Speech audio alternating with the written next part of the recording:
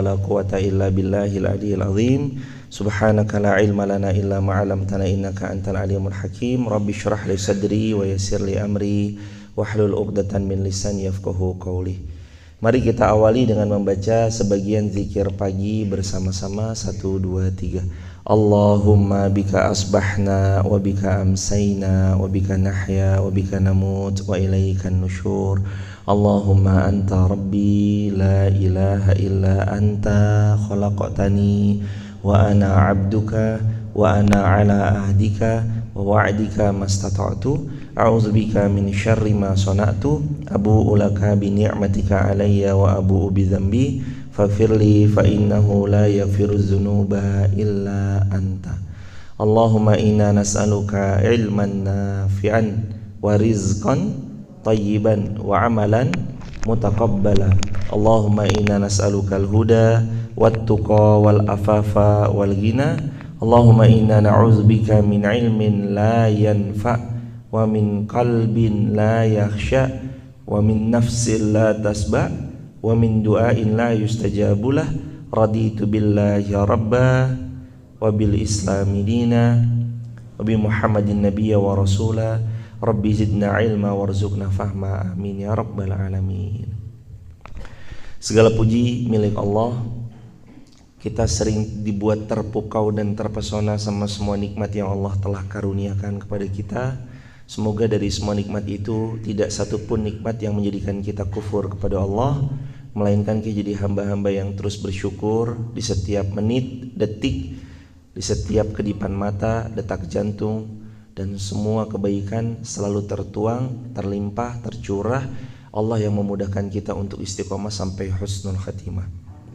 Kedua kalinya sholawat juga bertangkaikan salam teruntuk manusia paling agung, manusia paling mulia, Rasulullah Muhammad sallallahu alaihi wasallam. Allahumma shalli wa sallim wa barik alaihi. Kali ini kita mau tadabbur Al-Quran daripada surah An-Nisa ayat ke-17. Silakan dibuka An-Nisa ayat ke-17. Jamaah kalau nggak bawa Quran, itu Quran di situ banyak, semuanya boleh dibuka ya jamaah. Diambil aja nggak apa-apa. Kalau masih ada plastiknya, dibuka aja plastiknya nggak apa-apa. A'udzu billahi minasy syaithanir rajim. Silakan.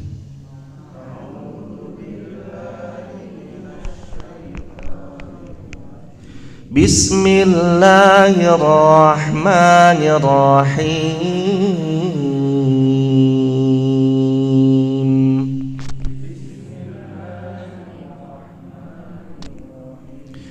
Innamat taubatu 'ala Allah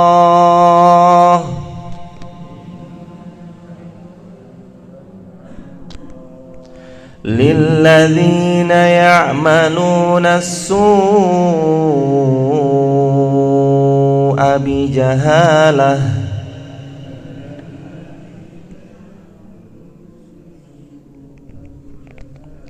thumma yatubun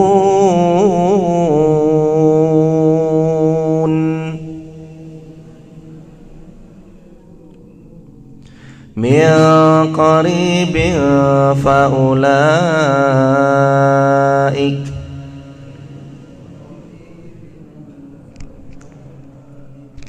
faulaika yatubullahu alaihim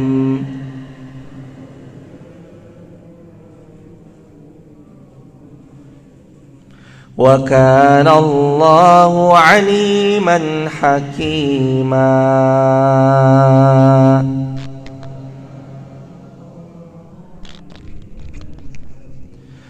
Wa laysatit taubah lilladzina ya'maluna as-sayyi'at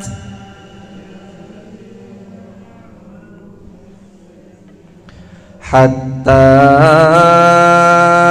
idza hadara ahadahum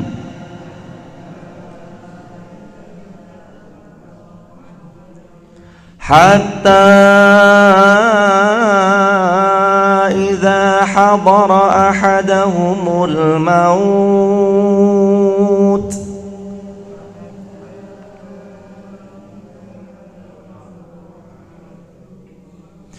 قال إني تبت الآن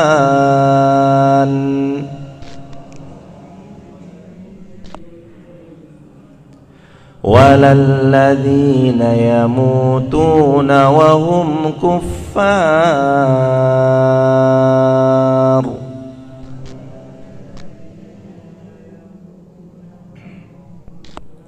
أولئك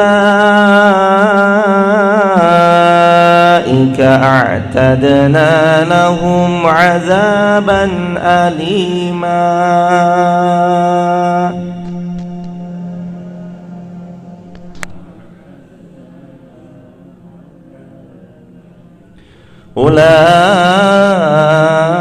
أولئك أعتدنا لهم عذابا أليما.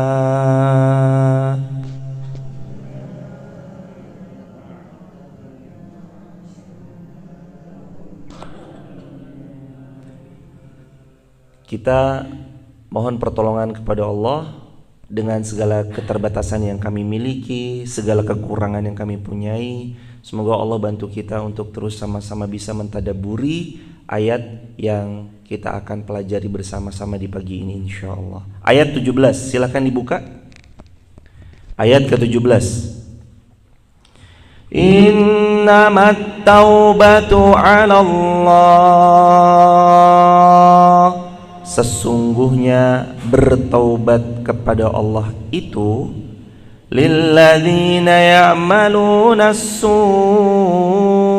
bijahalah, hanya pantas bagi mereka yang telah melakukan kejahatan bijahalah, karena tidak mengerti.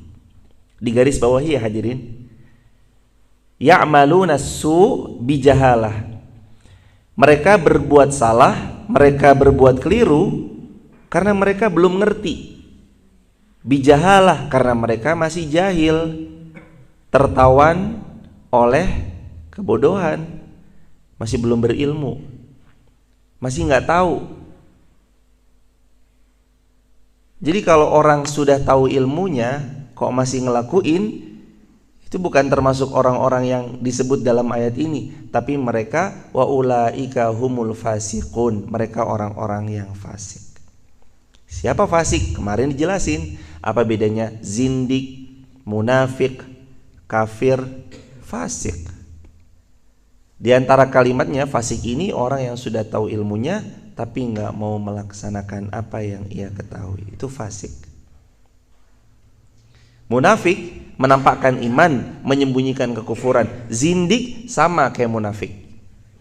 Kafir tercover, kafir terhijab, terhalangi, tercover, nggak mau menerima cahaya iman, sebab karena dia telah menutup dirinya dari cahaya iman. Jadi orang yang mau tobat kepada Allah, lagi-lagi jemaah, sebab karena dosanya itu dosa karena yang tidak dia ketahui.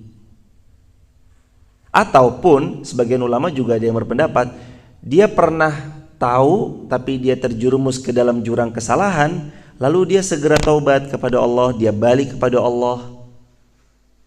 Pernah tahu kisahnya dalam hadis Bukhari, ada seorang wanita menjual dirinya, setiap malam berzina, melayani laki-laki hidung belang. Tiba saatnya hatinya tergetar untuk bertobat. Setelah itu dia berikrar untuk bertobat kepada Allah. Dalam tobatnya dia gak mau menyepelekan kebaikan sekecil apapun, bahkan sampai-sampai memberi minum seekor anjing tidak dia sepelekan. Dia berikan satu gelas, satu teguk atau satu nampan minum untuk kepada seekor anjing. Anjing itu pun meminumnya, dan setelah anjing itu meminumnya, tak lama kemudian wanita ini meninggal dunia dan Allah masukkan dia ke dalam syurga karena dia termasuk orang yang diterima tobatnya dan bersegera kepada kebaikan setelah tobatnya. Iya, ayat ini menjelaskan tentang dia berbuat maksiat karena kejahilannya, tapi nggak serta-merta hanya sekedar kejahilan. Kita manusia selalu terjatuh lagi, terjungkir lagi, terjungkal lagi, jatuh terjerembab, Udah tahu ini salah, dilakuin lagi. Udah tahu ini dosa, dilakuin lagi. Gak apa-apa, taubat sama Allah. Segera taubat, kembali kepada Allah. Ya'maluna su, mereka beramal su. Perbuatan su itu artinya perbuatan yang amat sangat buruk, bijahalah, karena kedunguan mereka, kejahilan mereka, dan kejahilan itu menawan mereka. Hadirin, berarti gimana caranya supaya kita nggak tertawan sama kejahilan lagi? Cara yang paling ampuh supaya kita nggak tertawan kepada kejahilan itu adalah belajar. Gimana supaya kita punya ilmu? Cara yang paling ampuhnya dengan belajar. Ada majelis ilmu kita hadiri, ada kesempatan kajian kita datangi. Gak ada satupun, siapapun, hamba-hambanya Allah, umatnya Rasulullah, yang kalau dia tahu dirinya sedang tertawan kejahilan lalu dia belajar, kecuali Allah pasti tolong dia untuk mendapatkan ilmu yang penuh berkah. Persis seperti doa Nabi setiap pagi yang gak pernah Nabi lewatkan. Doanya apa Nabi setiap pagi? Allahumma inni as'aluka ilman nafi'an wa rizqan thayyiban wa amalan mutaqabbala. Minta ilmu, minta rizki, minta amal diterima. Yang pertama minta apa? Ilmu. Yang kedua minta apa? Rizki. Yang ketiga minta amal yang diterima. Gak ada hambanya Allah, umatnya Rasulullah yang dia mau melepas dari ketertawanannya atas kejahilannya, kecuali Allah pasti bantu, Allah pasti tolong. Yang penting syaratnya satu, mau belajar. Mau apa hadirin? Mau ngaji, mau belajar, mau datang ke masjid, mau kajian ke majelis ilmu, mau menghadiri daripada amal-amal saleh yang sedang dilakukan dalam suatu kegiatan. Itu di sana hadirin letaknya. Al-Imam Syafi'i rahimahullah pernah mengatakan, "Akhi, lan tanalul ilma illa bisittatin saunbika an tafsiliha bibayanin, dzaka'un wa hirsun wa ijtihadun wa dirhamun wa suhbatu ustazin wa tulu zamanin." Kata Imam Syafi'i rahimahullah, saudaraku, kamu tidak akan pernah mendapatkan ilmu sebelum kamu berkorban 6 hal. Saunbika an tafsiliha bibayanin, saya rinci 6-6-nya, kata Imam Syafi'i. Yang pertama, zakaun, kecerdasan.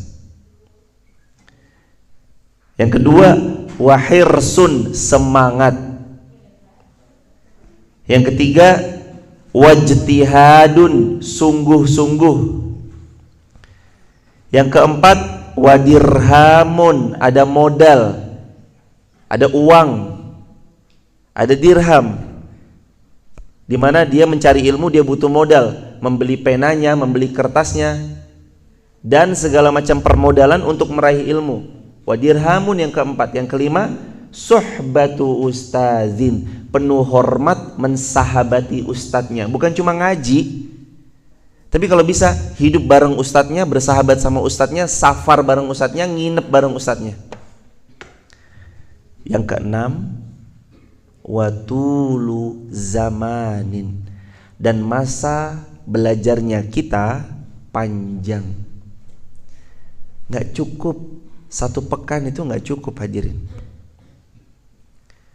Sepekan sekali itu belum cukup. Kalau bisa sepekan jamaah ikut karburator, kajian Rabu lepas kerja dan ngantor, atau siapapun boleh ikut. Atau kajian Sabtu malam Ahad, ngalamat ngaji malam Ahad. Atau kajian Jumat pagi, Jumat berkah. Nanti besok insya Allah kita akan ngaji perdana, ngaji Ahad pagi, dan itu akan rutinan Ahad pagi di sini. Jamnya jam berapa? Dari subuh sampai jam 6.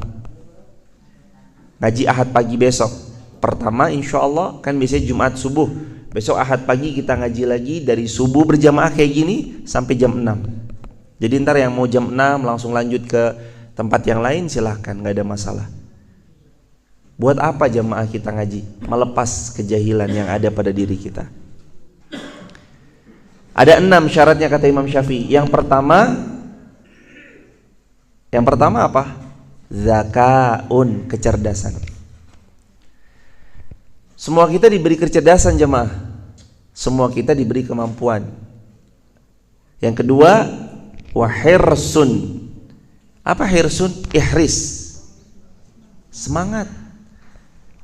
Ngaji harus semangat hadirin. Gelap-gelap mangkat. Hujan-hujan berangkat. Alhamdulillah tadi hujan kan?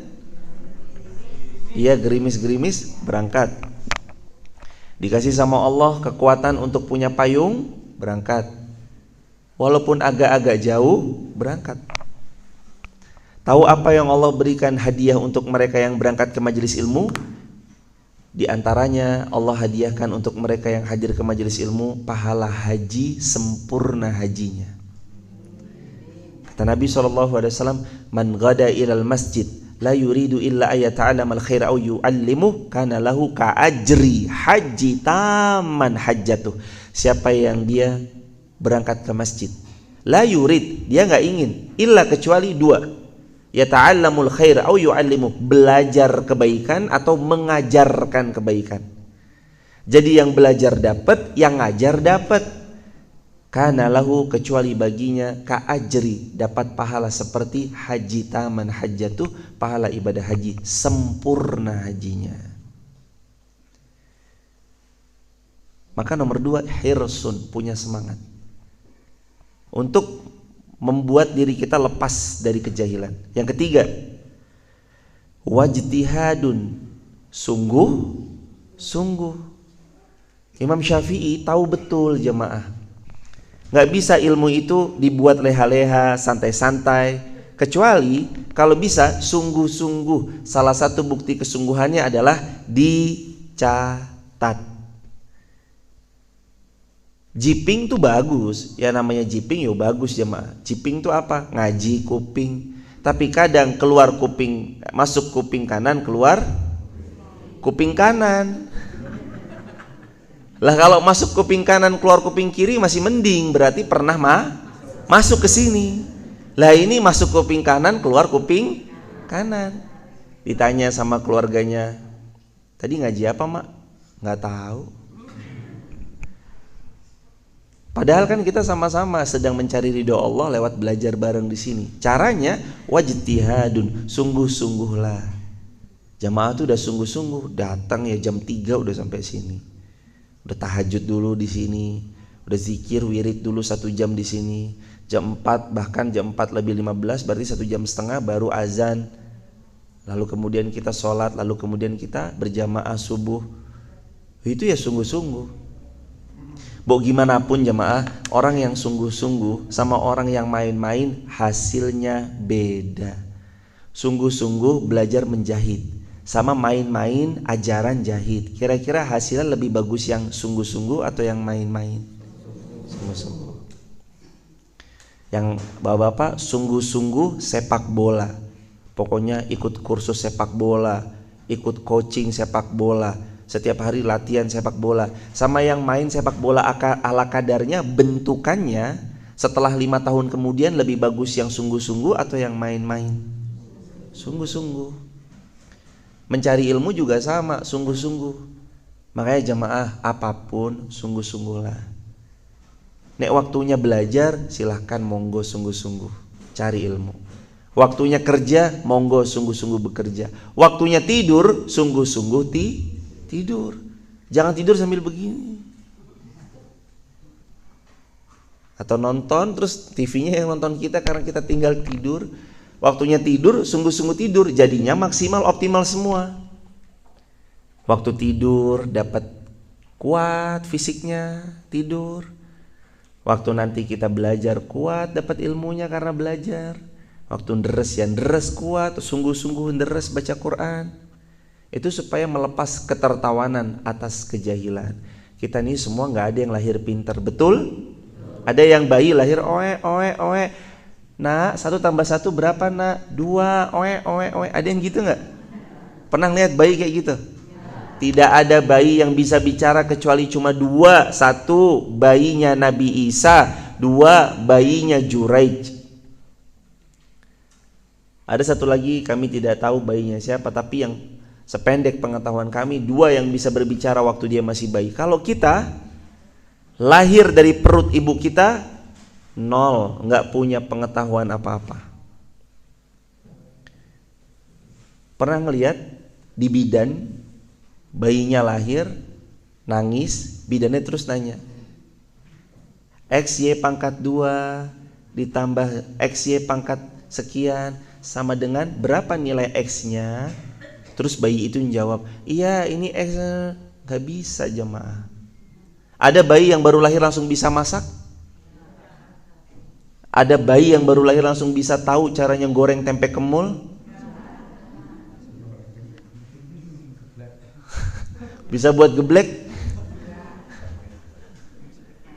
Geblek itu teman-teman TikTok, YouTube, Instagram adalah makanan khasnya Wonosobo. Bentuknya kayak cimol gitu. Jadi geblek itu tergantung di mana ya jemaah. Kalau Jakarta, wah geblek ini orang geblek tuh, iya itu dungu. Kalau orang Jakarta bilang. Tapi kalau kita tuh makanan di Wonosobo tuh geblek tuh artinya makanan. Jadi bukan artinya yang dungu itu, bukan ya. Hadirin, kembali lagi makanya dalam ayat Innamat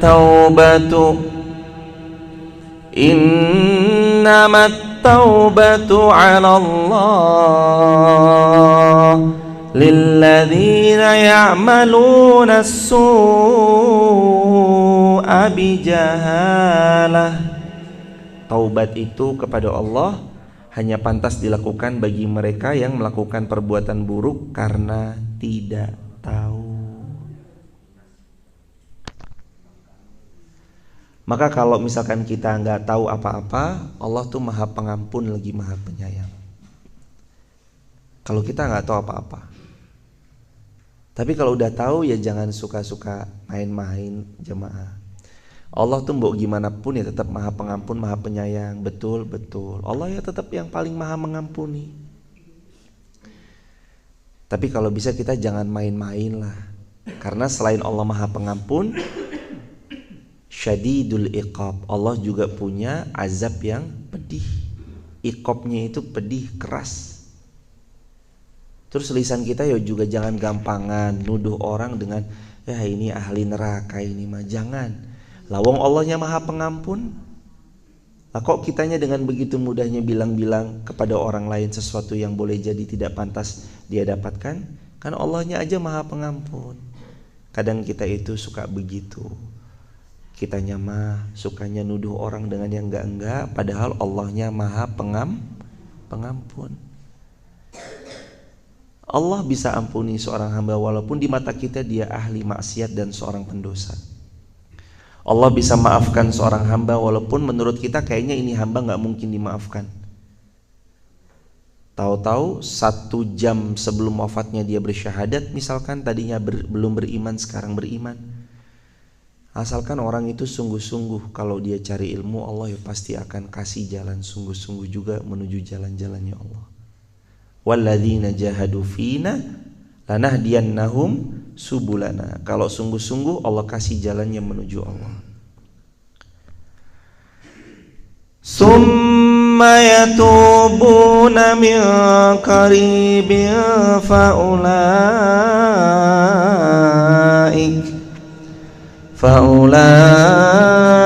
yatubu Allahu alaihim. Summa kemudian yatubuna min qarib, mereka itu bertaubat dengan qarib, dengan segera mereka taubat. Taubat itu jangan ditunda, jangan dinanti-nanti, jangan ditapi-tapi.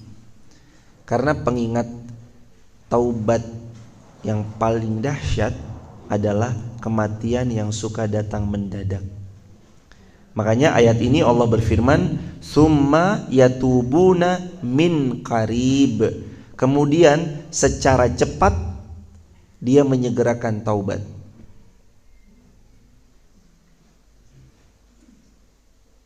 Kalau jamaah ngelihat ada orang menyegerakan dirinya taubat kepada Allah, Sambut baik jemaah. Karena orang yang ahli taubat, orang yang paling Allah sayang. Innallaha yuhibbut tawwabin wa yuhibbul mutatahhirin. Cepat taubat, cepat juga dapat kasih sayangnya Allah. Terus dapat apa dia setelah taubatnya? Summa yatubuna min qarib. Kalau dia menyegerakan taubat, ayat An-Nisa ayat ke-17, faulaika yatubullahu alaihim. Mereka itulah orang yang taubatnya Allah terima. Ada 4 syarat, 5 syarat taubat Allah terima. 1, bersegera. 1 apa hadirin? Jadi kalau yang namanya taubat masih nunda-nunda, nanti deh, besok deh, itu masih jauh jemaah prosesnya. Kalau masih ada kalimat tapi, nanti, besok, kalau masih hidup alhamdulillah, tapi kalau wafat ya innalillah. Karena Allah berfirman, summa yatubuna min qarib. Dia harus segera kembali ke Allah. Qarib, dalam waktu yang dekat, dalam waktu yang cepat. Salah langsung tobat, salah tobat lagi, keliru jatuh tobat lagi, terjungkal tersungkur ke dalam lubang lembah maksiat tobat lagi. Nomor 1, bersegera. Nomor 2, menyesali. Harus nyesel. Saya nyesel dulunya pernah berbuat, bukan malah berterima kasih, alhamdulillah dulu saya pernah berbuat begini. Enggak. Alhamdulillah saya dulu pernah berbuat dosa A, jadinya saya sekarang bisa jadi B. Zikirnya tuh nikmat karena dulu saya pendosa. Enggak, boleh jadi kalau sekarang dulu berdosa, sekarang zikirnya nikmat. Kalau dulunya enggak berbuat dosa, sekarang zikirnya tambah nikmat. Makanya harus nyesel. Yang ketiga, meninggalkan seketika. Yang namanya tobat harus ditinggalin perbuatan yang mau ditobati itu seketika. Ada yang haram, tinggalin seketika. Ada yang gak membuat Allah ridho, tinggalin seketika. Ada yang membuat sumpah hidup, karena biasanya dosa itu membuat sumpah hidup, tinggalin seketika. Ini jemaah, kata Nabi, al khaira tuma'nina wa inna syarra ribah. Kalau hadirin mau tahu kebaikan, coba lihat kondisi hati. Kalau tenang itu baik. Wa inna syarra ribah. Karena keburukan itu ribah, selalu membuat hatimu gelisah. Jadi kalau hati kita tiba-tiba gelisah, pasti sudah termasuk indikasi bahwa itu sinyal keburukan sudah sedang dilakukan. Makanya hatinya gelisah. Mau gak mau kalau kita mau kembali ke Allah, tinggalin. Yang riba, tinggalin ribanya. Yang lagi maksiat, tinggalin maksiatnya. Yang lagi apapun, tinggalin. Marab harga, gak amanah, curang, culas, diberi amanah gak nyampe. Tolong ya, saya mau bagi-bagi nih sama anak yatim, titip uang 2 juta, ini uang buat kamu 1 juta untuk operasional. 2 juta itu harus nyampe utuh karena Anda sudah diberi operasional. Tapi malah sampai kepada tangan anak yatim cuma 1 juta, 1 jutanya lagi diambil lagi dia lagi. Gak tenang pasti hidupnya. Dan harta-harta yang diraih dengan cara curang, culas, hanya akan jadi harta yang membebani, memberatkan timbangan kebaikan pada hari kiamat. Memberatkan timbangan keburukan pada hari kiamat. Dan harta itu hanya akan memberatkan pertanggungjawaban di hadapan Allah. Dan harta itu gak akan pernah ada berkahnya, karena dia termasuk mengambil harta-harta yang Allah haramkan. Jadi ninggalin seketika. Apa yang tertempel padanya sesuatu yang gak baik, tinggalin seketika. Ditambah lagi yang keempat. Apa kunci tobat yang keempat? Setelah dia menyesali, meninggalkan, yang keempat, berjanji tidak akan mengulangi. Harus sungguh-sungguh untuk gak ngulangin. Baru yang kelima, mengisi hari-hari setelah tobat dengan amal saleh. isi amal solih banyak-banyak. Hidup kita tuh paling penting butuh amal solih. Ya butuh juga sama harta, tapi kita lebih butuh sama amal solih. Harta gak usah khawatir, Allah sudah jamin pasti ada. Wa ma min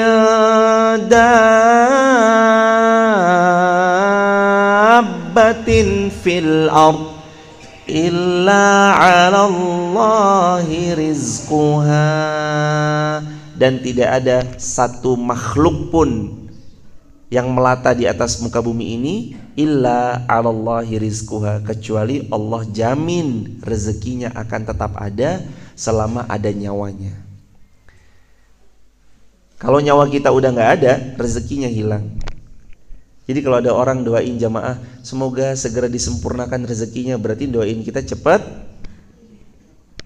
mati. Karena orang yang mati adalah orang yang nanti rezekinya sudah diberikan secara sempurna. Nah setelah taubat, barulah kita yang kelima yang tadi itu, isi hari-hari setelah taubat itu dengan amal sholih.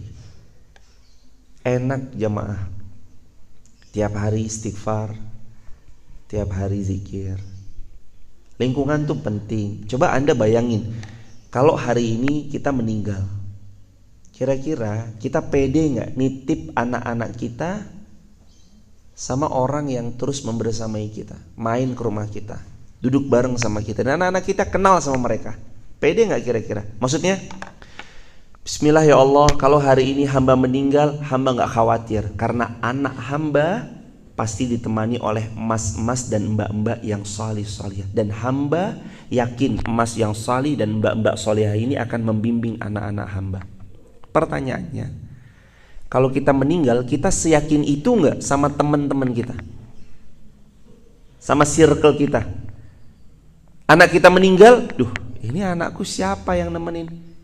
Karena setelah kita meninggal, orang yang paling akan perhatian adalah mereka yang saling bertaut karena iman. Kakaknya kadang gak peduli walaupun kandung, adiknya kadang gak peduli walaupun kandung. Bahkan kalau mereka gak punya ilmu, rebutan warisan. Kakakku tuh kaya kok, aku adiknya kakaknya harus dapat bagiannya lah. Anak-anaknya gak peduli, istrinya gak usah peduli, yang penting saya saudara kandungnya. Bapak ibu nih harus dapat bla bla bla bla bla. Cuma gara-gara kayak gitu. Dan kadang pertautan iman lebih kuat daripada pertautan darah. Makanya sering ngerasain satu teman ngaji rasanya kok lebih daripada saudara daripada yang sedarah. Hatinya bertaut karena iman. Makanya hadirin, ya Allah kalau saya meninggal anak saya ntar dirawat teman-teman saya, kira-kira diajarin apa ya sama mereka? Kalau saya meninggal hari ini, anak saya dibersamai sama emas-emas, mbak-mbak, kira-kira anak saya diajarin apa sama si emas-emasnya sama mbak-mbaknya nanti? Selalu berpikir. Makanya juga gak boleh dilupakan, penting cari lingkungan yang baik. Cari lingkungan yang baik, tempat tinggal yang baik, bangun circle yang baik, dikelilingi sama orang-orang yang baik, duduk bareng sama mereka yang salih atau salihah, supaya isinya tentang mengingat Allah, mengingat Allah, mengingat Allah. Kita meninggal diurusi sama orang-orang yang salih. Wa kana Allahu aliman hakima, dan Allah maha mengetahui, hakima lagi maha bijaksana. Innamat taubatu 'ala Allah lilladzina ya'maluna su' bijahalah. Jadi taubat itu kepada Allah adalah bagi mereka yang berbuat buruk bijahalah, karena kejahilan. Kalau sengaja itu ya nantang namanya jemaah. Bijahalah, ya'maluna su' bijahalah. An-Nisa ayat 17. Dia berbuat keliru bijahalah karena kedunguannya, bukan sengaja. Kalau sengaja namanya nantang. Allah ya jangan ditantang, pasti kalah jemaah. Semut lawan manusia, semutnya cuma satu, manusianya yo satu. Semut kecil sekali diinjek mati, yo pasti kalah. Kalau semutnya 1 juta, ini lain cerita. Kalau semutnya 1 lawan manusianya 1, yang menang pasti manusia. Ini manusia 1 lawan Allah. Jangankan manusia 1 lawan Allah, manusia dari awal Nabi Adam dicipta sampai nanti hari kiamat aja lawan Allah, nggak mungkin ada yang bisa menang. Apalagi cuma Anda sendirian sengaja berbuat dosa. Itu bahaya. Tapi saya dulu pernah berbuat dosa, terus gimana saya mau tobat? Allah Maha Sayang. Allah yang paling sayang sama kita. Kita tuh hamba kesayangannya Allah. Allah pasti maafin. Udah baik sangka aja sama Allah, jangan sampai nggak baik sangka sama Allah. Ayat 18. وَلَيْسَتِ التَّوْبَةُ لِلَّذِينَ يَعْمَلُونَ السَّيِّئَاتِ.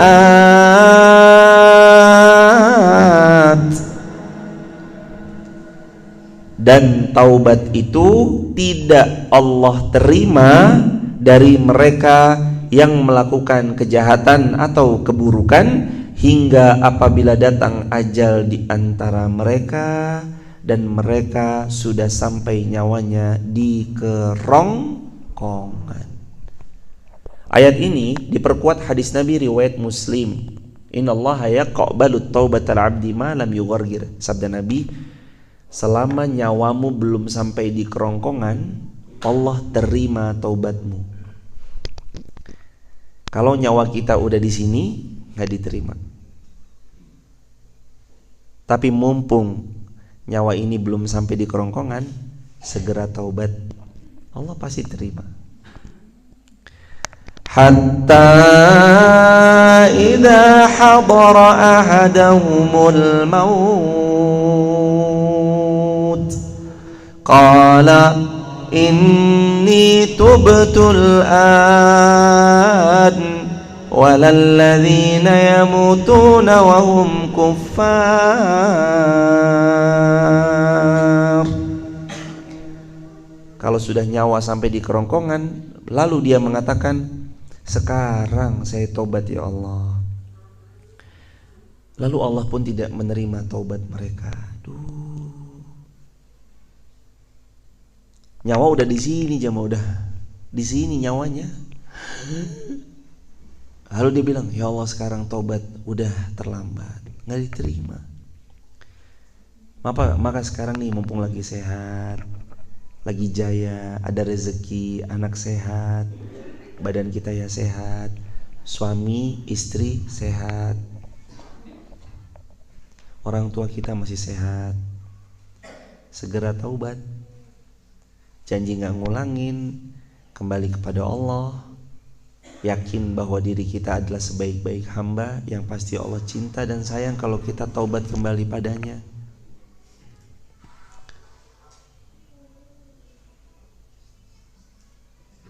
Pasti Allah bakal mempermudah Allah dan pasti akan memudahkan setiap hamba yang mau kembali pada Allah. Dan itu janji Allah jemaah. Kalau kamu kembali padaku, aku mudahkan semua urusan-urusanmu. Itu janjinya Allah. Terus apa lagi? Walalladzina yamutuna wa hum kuffar. Dan tidak berlaku dan tidak diterima oleh Allah setiap amal-amal salih bagi mereka yamutuna yang mereka mati wahum kuffar, sedangkan mereka dalam keadaan kufur. Nggak diterima sama Allah kalau orang tidak beriman kepada Allah dan mati dalam keadaan nggak beriman. Dalam ayat ini Allah menjelaskan bahwa mereka nggak diterima amal salihnya, sedekah-sedekah mereka, perbuatan baik mereka. Tapi orangnya baik banget loh Ustadz. Iya, orangnya baik dan kita apresiasi kebaikannya tentang segala kebaikan yang beliau pernah berikan. Tapi beliau hanya akan dapatkan itu di dunia, berupa ucapan terima kasih dan rasa hormat dari orang, karena dia suka berderma, suka berbagi. Tapi nanti di akhirat gak dapat apa-apa. Di akhirat dia gak dapat apa-apa hadirin, karena dia nggak beriman. Walalladzina yamutuna wa hum kuffar, dan tidak Allah terima amal salih sedangkan mereka mati dalam keadaan kufur. Ulaika a'tadna lahum 'adzaban alima. Dan bahkan mereka sudah disiapkan Allah adzaban alima, satu hal yang pedih mengerikan yang Allah siapkan untuk mereka gara-gara wafat tidak beriman. Jamaah tahu ada pamannya Nabi namanya Abu Thalib yang support dakwahnya Nabi, harta, waktu, tenaga, dan backupan. Itu ayahnya Ali. Jadi Sayyidina Ali punya ayah namanya Abu Thalib, makanya namanya Ali bin Abi Thalib. Siapa Abu Thalib? Abu Thalib itu pamannya Rasulullah, adik bapaknya Nabi. Sayyidina Hamzah adik bapaknya Nabi. Abu Lahab adik bapaknya Nabi. Abu Thalib adik bapaknya Nabi. Hamzah, Abbas, Abu Lahab, Abu Thalib adik bapaknya Rasulullah Sallallahu Alaihi Wasallam. Paman, om. Hamzah sama Abbas beriman, Abu Lahab, Abu Thalib tidak. Abu Lahab jelas memerangi, tapi Abu Thalib enggak memerangi Nabi. Abu Thalib malah support. Muhammad lagi butuh kendaraan, ini aku siapkan unta. Muhammad, engkau butuh backup, aku siap membackupmu. Muhammad, ada harta yang aku siapkan untukmu, ini harta yang aku siapkan untukmu, silakan engkau pakai harta ini untuk berdakwah. Disupport. Tapi wafat dalam keadaan tidak beriman. Sampai-sampai Nabi berkata jelang wafatnya, di sisi kanan ada Rasulullah, di sisi kiri ada Abu Jahal. Wahai pamanku sayang, ucapkan 2 kalimat syahadat yang dengannya aku bersaksi di hadapan Allah bahwa engkau adalah orang yang beriman. Sebelah kirinya Abu Jahal bilang, wahai Abu Thalib, ini kamu mau percaya sama anak kemarin sore? Kamu mau percaya sama anak muda ini? Jangan. Udah pegang aja kamu mati di atas agama nenek moyangmu. Gengsi menghalangi, mati dalam keadaan tidak beriman. Walalladzina, dan taubat itu tidak akan Allah terima, alladzina, kepada orang-orang yang yamutuna, mereka mati wahum kuffar, sedangkan mereka matinya dalam keadaan kufur, tidak beriman. Apakah ini menjadi kebolehan bagi kita memohonkan ampun setelah mereka wafat? Atau pertanyaannya, apakah kalau ada orang terdekat kita, ayah kita mati dalam keadaan belum beriman, ibu kita atau misalkan siapapun saudara dekat kita mati dalam keadaan belum beriman, lalu kemudian kita memohonkan ampun kepada Allah dengan berdoa, ya Allah ampuni orang tua hamba yang mati belum beriman, apakah diperbolehkan? Jawabannya tidak. Nggak boleh. Kalau ada orang wafat nggak beriman, kita nggak boleh mohonkan ampun. Kalau sudah wafat, sama sekali nggak boleh. Allah berfirman dalam Al-Quran, wahai Muhammad, tidak layak bagimu mohonkan ampun kepada orang yang mati dalam keadaan kufur, belum beriman, tidak beriman, nggak boleh. Pertanyaan yang kedua, apakah boleh kita mendoakan orang yang belum beriman supaya dia beriman, sedangkan dia masih hidup? Boleh. Kita doakan supaya dapat hidayah, boleh. Ya Allah, ayah hamba, ibu hamba masih hidup keduanya, contoh misalkan, dan mereka belum beriman kepadamu ya Allah, izinkanlah engkau mudahkan hidayah itu masuk ke relung hatinya. Jadikan beliau orang-orang yang tunduk, aslim, taslam, masuk ke dalam agama Islam, bersyahadat, dan wafatkan ia dalam keadaan muslim. Mendoakan saat ia hidup boleh, tapi sudah meninggal tidak. Kaidah dalam Al-Quran. Jadi kunci pintunya surga itu ya ada kuncinya. Kunci pintunya surga itu ya la ilaha illallah Muhammadar Rasulullah. Itu kuncinya. Kalau jamaah mau tahu bagaimana pintu-pintu surga itu akan Allah buka, ada bitokoh, kartu pembukanya. Makanya bitokohnya itu kalimat la ilaha illallah, yang sabda Nabi, kalau kalian tulus ikhlas penuh keimanan mengucap la ilaha illallah, bitokoh itu, kartu la ilaha illallah itu ditimbang di satu timbangan, yang lain ditimbang di timbangan yang lain, niscaya akan memberatkan dengan amat sangat. kartu timbangan la ilaha illallah Muhammadar Rasulullah. Pasti berat. Makanya bersyukur hadirin, lahir kita mau udah muslim, betul? Dari lahir sudah Islam. Ada yang orang berjuang loh jemaah, harus berguru ke sana, berguru ke sini. Siapa contohnya? Sayyiduna Salman Al-Farisi. Salman itu berasal dari agama Majusi. Ayahnya itu tokoh besar di sana, pemuka kaum, penyembah api. Anaknya ini dididik untuk melanjutkan kebesaran ayahnya. Ya bahasa kita mah ayahnya kiai, anaknya Gus. Ayahnya kiai, anaknya dapat melanjutkan kekiaian ayahnya atau perjuangan ayahnya. Itu sama, Salman digadang-gadang untuk melanjutkan agama Majusi ayahnya. Diprotek luar biasa, tapi Salman mencari kebenaran. Pergi ke negeri ini, negeri sana, negeri sini, negeri sana, ketemu guru A, guru B, guru C, terus sampai beliau mendengar akan ada utusan namanya Muhammad atau Ahmad. Dia datang di tempat yang paling banyak bebatuannya, padang pasir dan kebun-kebun kurmanya. Di mana itu? Aku mau ke sana. Akhirnya Salman ke Madinah. Salman jadi budak, sampai tadinya hamba merdeka, tadinya orang merdeka, sampai jadi budak Salman itu. Nyari kebenaran. Jadi orang yang bantuin kerja di kebun, panen kurma, timbang kurma. Padahal ini orang kaya nih Salman jemaah, untuk nyari kebenaran. Tersiar kabar bahwa Nabi itu akan datang dari Mekah ke Madinah. Di Madinah senang bukan main. Salman lihat dari jauh, lihat dari jauh. Ada 3 ciri-cirinya. 1, tidak menerima sedekah. 2, menerima hadiah. 3, ada tanda kenabian seperti daging tumbuh di belakang. Begitu benar Nabi Muhammad datang, Salman datang membawa sedekah. Ya Rasulullah, ini sedekahku untukmu. Salman ngintip dari jauh setelah diberikan sedekah itu. Benar, ternyata Rasul gak makan. Checklist 1, ini tanda kenabian yang pertama kata gurunya. Beliau tidak menerima sedekah tapi menerima hadiah. Ya Rasulullah, hari kedua ini saya beri hadiah.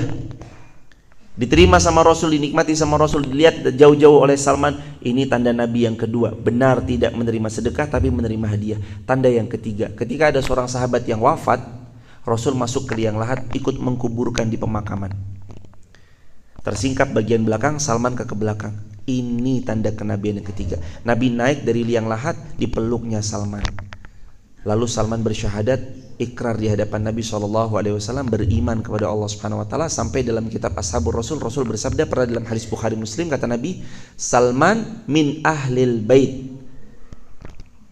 Salman sudah menjadi keluargaku, kata Nabi. Padahal Salman gak ada hubungan darah, orang jauh di sana, tapi mencari kebenaran. Seperti itu kalau orang jujur mencari kebenaran. Di mana ada majelis ilmu, dia datang. Dia catat faidah-faidahnya, dia sebarluaskan lagi sama yang lain. Seperti itu orang kalau jujur, tulus, ingin melepas ketertawanannya kepada kejahilan. Kita ini kan jahil semuanya.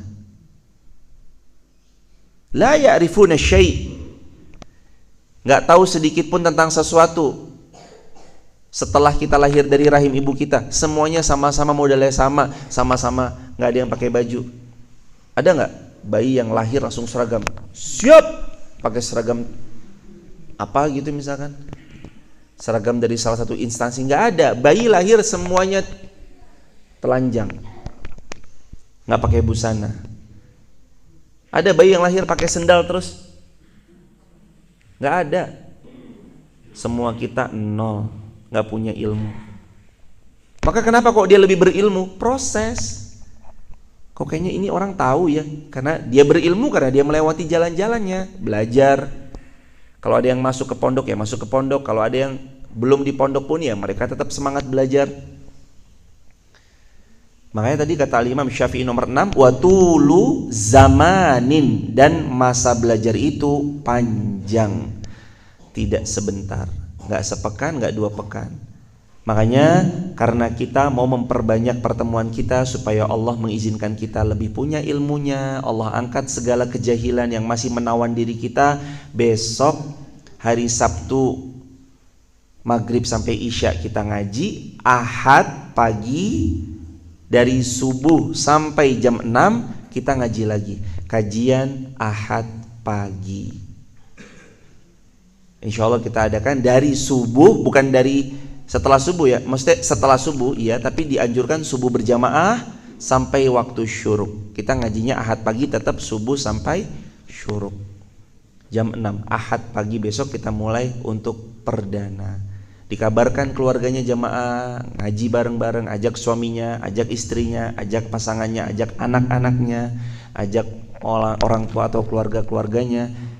Kita Ahad pagi kita ngaji bareng-bareng, sholat subuh berjamaah di sini supaya jahilnya hilang. Salah satu konsekuensi kita supaya jahilnya hilang, belajar. Hadirin jamaah yang dirahmati Allah, itulah tentang taubat Allah.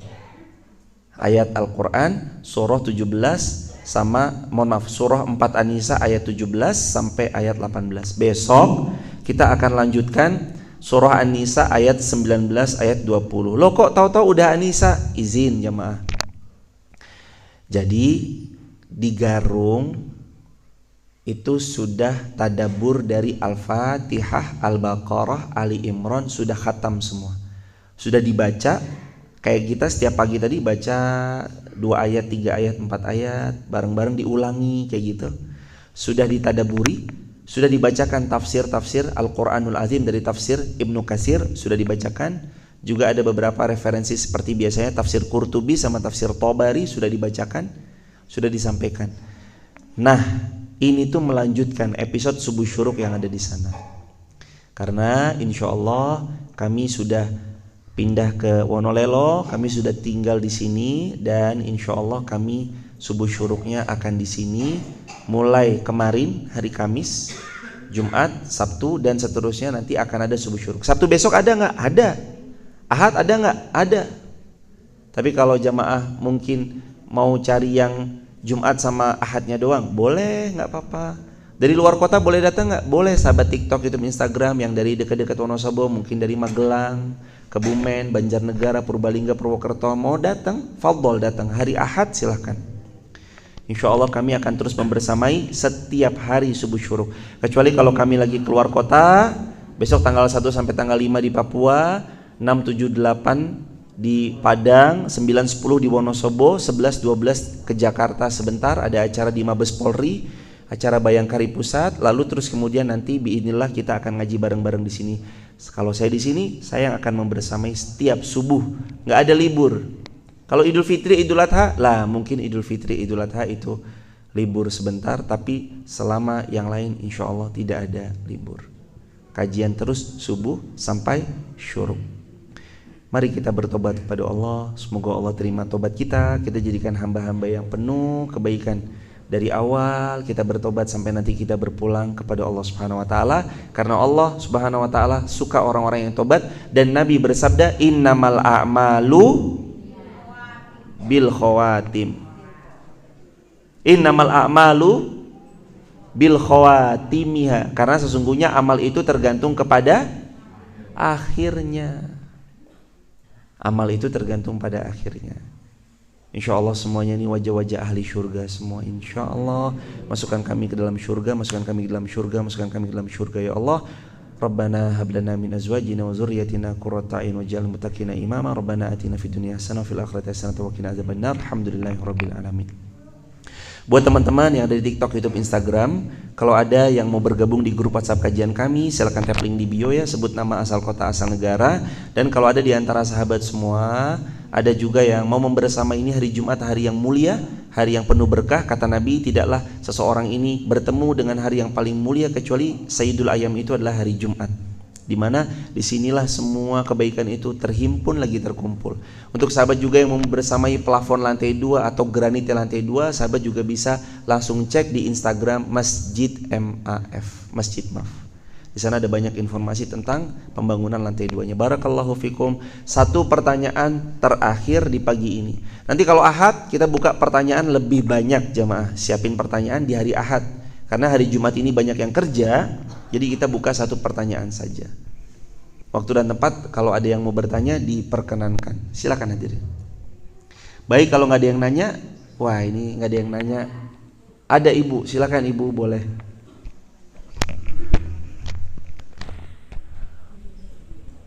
Boleh Mbak, barakallah.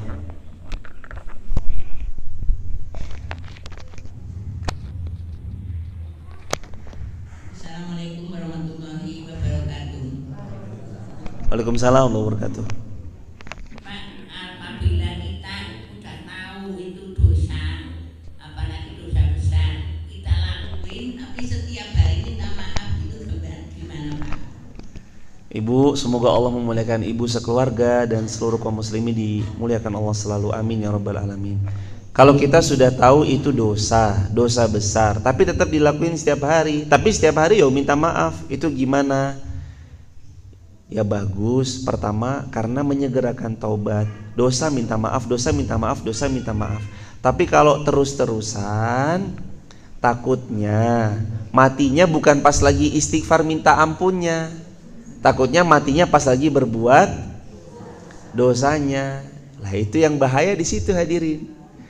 Maka sebaiknya pelan-pelan ya jemaah. Allah tuh sayang, Allah pasti bantu dan Allah pasti nolong kita. Tapi jangan dimanfaatkan kasih sayangnya Allah dengan cara kita nyengaja diri kita terus berbuat dosa besar, apalagi dosa besar. Terus gimana caranya? Mohon pertolongan pada Allah supaya kita berhenti dari berbuat dosa besar tersebut, dan mulai hari ini kita perbanyak istighfar kepada Allah. Jadi gitu ya Ibu. Insya Allah pelan-pelan dosa-dosa yang besar yang sering dilakukan ditinggalkan, taubatnya dilanjutkan. Ditulis di kolom komentar, dosanya ditinggalkan, taubatnya dilanjutkan. Taubat yang paling simpel dan ringkas yang Nabi sering lakukan riwayat Muslim, doanya astaghfirullah wa atubu ilaih. Itu riwayat Muslim, Nabi sebanyak 100 kali dalam sehari. Riwayat Bukhari 70 kali dalam sehari. Doanya apa hadirin? Coba diulang.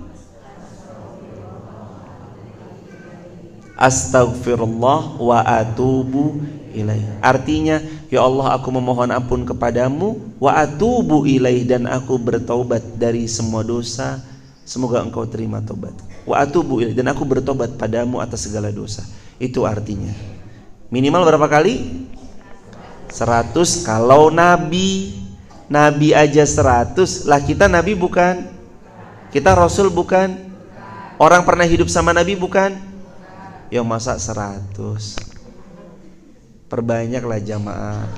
Kata Imam Ibnul Qayyim, banyak itu minimal 300. Banyak itu berapa? Yuk istighfar, astagfirullah wa atubu ilaih. Minimal pagi ini kita mau baca 10 kali dulu, nanti sisanya jamaah tambah sendiri. 1, 2, 3. Astagfirullah wa atubu ilaih. Astagfirullah wa atubu ilaih. Astagfirullah wa atubu ilaih. Astagfirullah wa atubu ilaih. Astagfirullah wa atubu ilaih. Astagfirullah wa atubu ilaih. Astagfirullah wa atubu ilaih. Astaghfirullah wa atubu ilaih. Astaghfirullah wa atubu ilaih. Astaghfirullah wa atubu ilaih. Kita baca doa agar dirahmati dengan Al-Quran. Allahumma arhamna bil Quran. Ya Allah, rahmati kami dengan Al-Quran. Allahumma arhamna bil Quran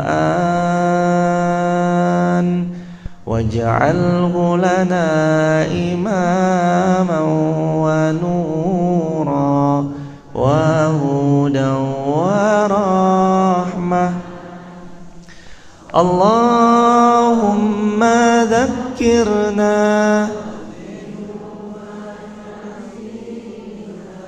wa 'allimna minhu ma jahilna warzuqna tilawatahu ana al-laili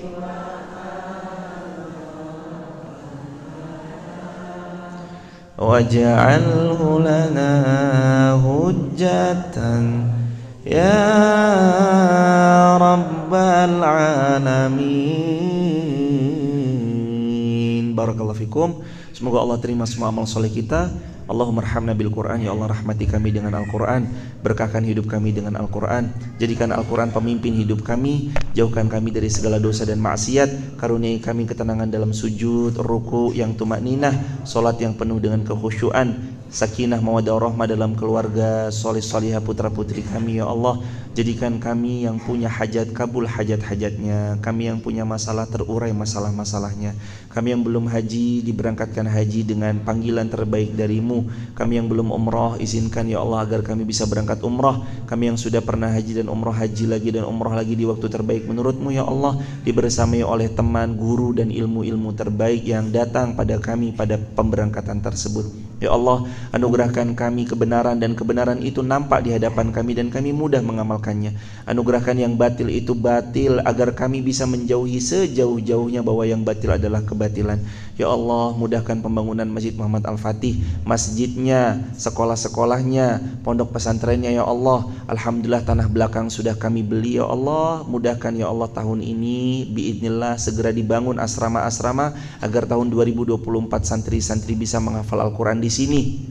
Berkahi guru-gurunya, berkahi staf-stafnya, berkahi semua pihak, pemuda-pemudi MAF yang selalu berjuang untuk menegakkan agamamu ya Allah, meninggikan kalimat la ilaha illallah, mengagungkan kalimat la ilaha illallah agar kami tertaut nanti bernaung di bawah syurgamu yang paling tinggi, syurga Firdaus. Karuniai kami bisa terus mencintai Nabi Muhammad, anugerahi kami bisa berada dalam barisan Nabi Muhammad, anugerahkan kami terus bisa ikut dalam barisan-barisan kebaikannya Nabi Muhammad.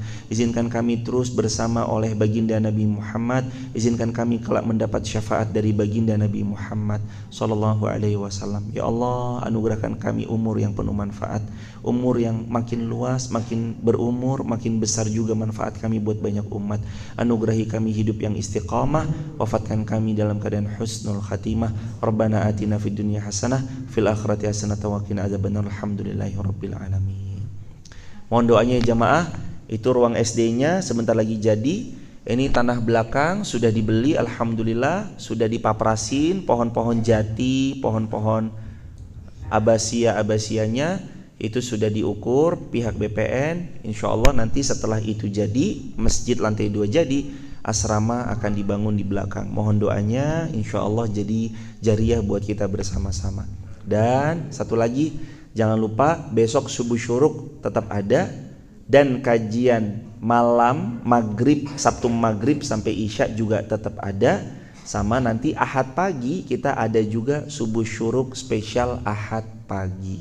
Selama saya tidak keluar kota, insya Allah kami akan selalu membersamai setiap subuh syuruk. Templatenya begini, mulai sekarang subuh syuruk selalu ada setiap hari. Kalau nggak ada pengumumannya tetap ada. Kalau libur ada pengumumannya. Biasanya gitu jemaah. Jadi kalau nggak ada poster itu namanya tetap ngaji. Lah kalau ada poster biasanya pemberitahuan untuk libur. Kecuali poster yang ini sama ustadz siapa gitu. Kecuali nanti di poster. Insya Allah akan di poster. Begitu teman-teman yang mau bergabung di grup WhatsApp kajian, silakan tap link di bio, sebut nama, asal kota, asal negara, berkah selalu. Kita akhiri dengan hamdalah. Alhamdulillahirabbil alamin. Kafaratul majlis. Subhanakallahumma bihamdika asyhadu an la ilaha illa anta astaghfiruka wa atubu ilaik. Assalamualaikum warahmatullahi wabarakatuh. Mas diputar kita dulu boleh? Jazakumullah teman-teman, sehat selalu.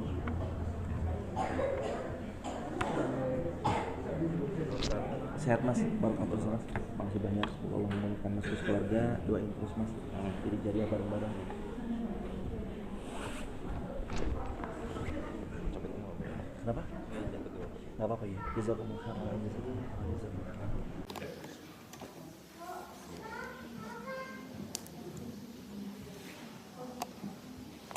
TikToknya matiin atau mau live? Di live aja abis ini paling.